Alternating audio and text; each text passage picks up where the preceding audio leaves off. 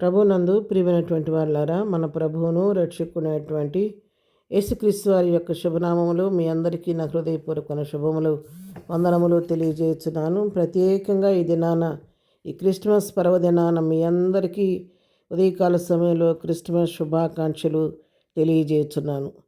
సంతోషంగా పండుగ చేసుకోండి.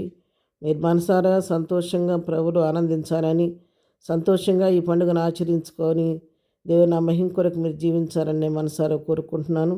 క్రిస్మస్ వెలుగుతో, క్రిస్మస్ సంతోషంతో ప్రభు మీ కుటుంబాలని, మీ హృదయాలని నింపాలని ఆశపడుతున్నాను.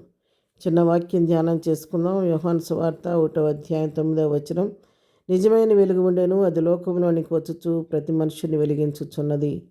ఈ లేఖన భాగాన్ని మనం గమనించినట్లయితే నిజమైన వెలుగు ఉందని తెలియచేస్తున్నాడు భక్తుడు. అది లోకంలోనికి వచ్చి ప్రతి మనిషిని వెలిగించున్నదని రాయబడింది. ఆ వెలుగు ఎవరో కాదండి, మన ప్రభు అయినటువంటి యేసుక్రీస్తు. యెషయా ప్రవక్త ఏనాడో ప్రవచించాడు 9వ అధ్యాయం 2వ వచనంలో, చీకట్లో నడుచు జనులు గొప్ప వెలుగును చూస్తున్నారు, మరణఛాయ గల దేశ నివాసుల మీద వెలుగు ప్రకాశించునని. ఈ వాక్య భాగము మత్తయి సువార్త 4వ అధ్యాయం 16వ వచనం మీరు గమనించినట్లయితే అక్కడ ఈ ప్రవచనం నెరవేరింది.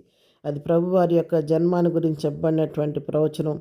ప్రభువు వెలుగుగా ఈ లోకానికి వచ్చాడు. పాపాంధకారంలో, చీకట్లో నశించిపోతున్నటువంటి మన కొరకు, మరణాంధకారం నశించిపోతున్న మన కొరకు ఆయన నీతి సూర్యుడిగా ఈ లోకంలో ఉదయించాడు. నా శిక్ష భరించడానికి ఆయన నరవతారిగా ఈ లోకానికి కన్యగని గర్భాన్ని ఉద్భవించి తను చేయవలసిన శిలువ బలియాగం చేసి తండ్రి వద్దకు వెళ్ళిన క్రీస్తు తిరిగి రాబోతున్నాడు.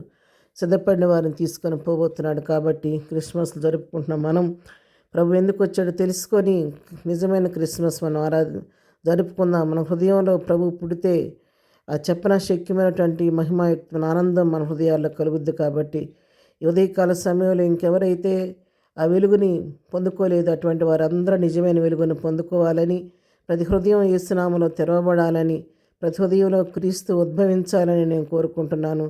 ఈ దినం ప్రభు క్రిస్మస్ సంతోష ఆనందాలతో మిమ్ములను, మీ కుటుంబాలను నిండాలుగా నింపాలని కోరుకుంటూ నా మాటలు ముగిస్తున్నాను. ప్రార్థన చేసుకుందాం. ప్రేమ కలిగిన తండ్రి, ఉదయకాల సమయంలో వాక్యం మా పిల్లలందరినీ దీవించండి. కుటుంబాలపై మెండైన ఆశీర్వాదం దీవెన కుమ్మరించండి.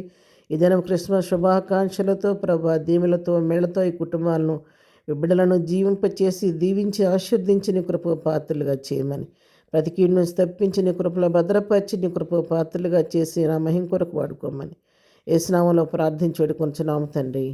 ఆమెన్. ప్రభు కృప సదాకాలం మనందరికీ తోడై ఉండి నడిపించునుగాక. Wish you happy and merry Christmas. God bless you.